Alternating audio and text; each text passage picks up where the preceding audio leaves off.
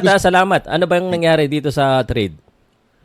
Um, Basically, nagkaroon ng first phase ito. Actually, matagal na 'tong usapan na 'to, eh, 'di ba? So, actually, ang Monson, hindi lang naman talaga sa talk and text 'to na i-alok, no? And as a matter of fact, no, he was also offered before, kung matatandaan mo, sa Converge, yung pinagsimulan ng gulo, 'di ba? And then there were Mm. also offers from Blackwater.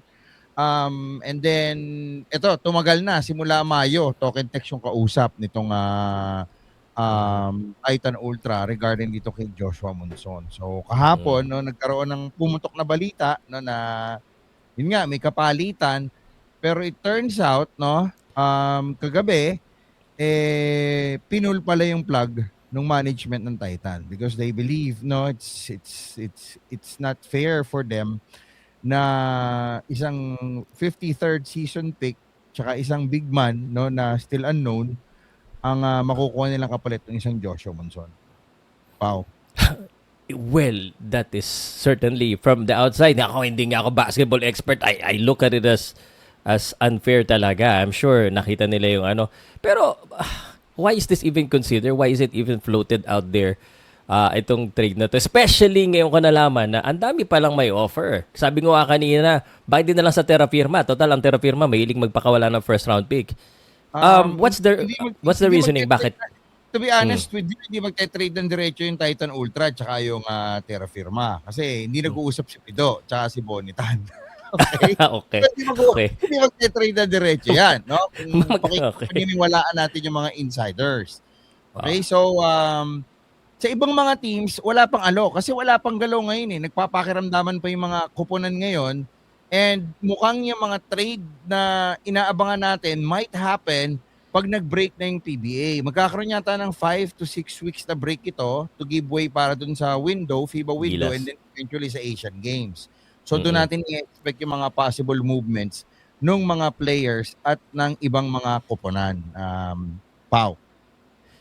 So, diretso mo ko dito. Ang balita ko, kasi hindi ko maintindihan bakit mo ititrade isa sa pinakamagaling mong player eh. Medyo yung relationship may be sour or may issue ang Monson at Titan kaya ititrade. Bakit ba ititrade? What's the reason bakit ititrade nila si Monson? Yeah, kung matatandaan mo, a few months ago, I posted something na yung coaching staff ang nagre-reklamo. It's that medyo uncoachable daw, itong si Joseph Monson, na may mga plays sila na hindi nasusunod. So, and knowing yung coaching staff ng Titan, hindi pa naman sila ganun ka mga veterano kung susumain mo. So, hindi nila makontrol, hindi nila matemper. Okay? So, kapag may play sila na A, no, kailangan nila ngayong mag-widow ng strategy kasi nga hindi susunod yung isa. So yun yung isa sa reklamo na sinasabi nila, no? Yung side naman nitong si Joshua Monson, ang sinabi sa atin is kailangan niyang gumawa kasi wala naman talagang ibang player, no? But then again, na may mga nakausap tayo na kahit daw ng mga time nila Calvin Abueva, yan yung isa sa mga nagiging problema. So, tingnan natin. Kaya nga ako, inaabangan ko rin na ma-trade si Joshua. Tingnan natin kung makukontrol siya ng ibang mga coaches. Like for example, yung si Coach Jot Reyes. Di ba? Okay. Ikaw ang tatanungin ko. Ikaw ang expert dito. It seems like bakit yung player mas mahirap hanapin, yung coach hindi, sabi mo ikaw na magsabi hindi sila ganito veterano, bakit hindi na lang coach ang palitan kaysa player? Parang mas mahirap makahanap ng ganyang klaseng player. Actually, nag-ano na tayo before, di ba? We were expecting na somebody like Bong Ramos will take over, di ba? Pero siguro, iniintindi na lang natin, looking at it from the perspective of the team owner, nasa first year pa lang sila eh. So kumbaga nasa baby stages pa lang yung kanilang pagmamay-ari ng koponan, yung kanilang pag-perform dito sa PBA. So siguro, yung unang taon nila, they are considering it as yung pioneering stage. Na kumbaga, kung ano yung nakuha mo kasi namana mo from Northport na lineup mo, Yeah. yan lang yung nasa iyo. Kung ano lang yung nasa table mo, yan lang ang pwede mong kainin, di ba? So kumbaga hindi na muna nila kinarir. And ako, I won't be surprised, no, kung magtutuloy-tuloy yung talo nitong Titan kasi may possibility sila na mag number 1 sa pick eh. Napansin mo ba? Yun na nga eh. Yeah. So here's another thing, Snow. Kasi ang nakakapagtaka dito at it seems like it's a trend that every time there's a trade happening with independent teams, laging pabor lagi do sa major team. Parang ganito. I mean, this is the same storyline on all of the trades. The same thing. Mhm. Laging parang pabor yung star na bata pupunta doon sa major team. Bakit ganyan? Bakit laging gano'n na nangyayari? Pinapayagan eh. Unang-una, pinapayagan ng liga, di ba? And then, siguro, yung ibang mga teams, kapit sa patalim, no? Napupwersa na sila. Parang ako, pag wala akong pera, kakapit ako sa patalim sa'yo, di ba? Kukuha ko Wag pera, naman. hindi ako sa'yo.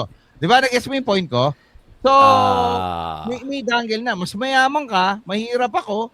So, at nasa mercy mo ko. Tama? Mm. Ngayon, ang problema dyan, yung dapat na nagpo-police nung sitwasyon, no, nung mga movements and other um, goings on doon sa liga, hindi nagagawa yung trabaho. Di ba? So, yun lang naman yan eh. Yeah? So, Al- unless talaga magkaroon ng ipin no yung commissioner's office, magpapatuloy po yung ganito. And ako nga, kasi sinabi ko nga doon sa No Cooking Show namin ni Boss Dodo Katakutan ng isang araw, I told them, yung mga teams, hindi kayo dapat na kumbaga makontento dun sa nandadaya na kayo to the point, quote unquote, no, nung inyong mga kapwa team diyan na talagang sagad-sagad yung inyong budget for the players, no, lumalagpas na kayo ng abot hanggang langit dun sa salary cap, 'di ba? Just so na kayo lang yung masiguro nyo na lagi kayong champion. Kung ganyan talaga kalaki yung budget ng isang team, magcha-champion kayo lagi. And I'm sure it shows doon sa history, sa records ng mga nagkampiyon sa PBA over the last 10 years. 'Di ba? Ngayon ang tanong ko doon, masarap po ba sa feeling niyo na nag-champion ho kayo? Nang ganyan po yung route, no? Na inyo pong pinagdaanan. Siyempre hindi. Kasi babalikan lang ho natin yan 'di ba? Yung sportsmanship, 'di ba? Yung essence of competition. Mas masarap pong manalo pag alam mong pinaghirapan mo. 'Di ba? Same way na pag politiko ka, mas masarap manalo pag alam mong binoto ka. 'Di ba? At hindi ka Okay. bumili ng boto. All right.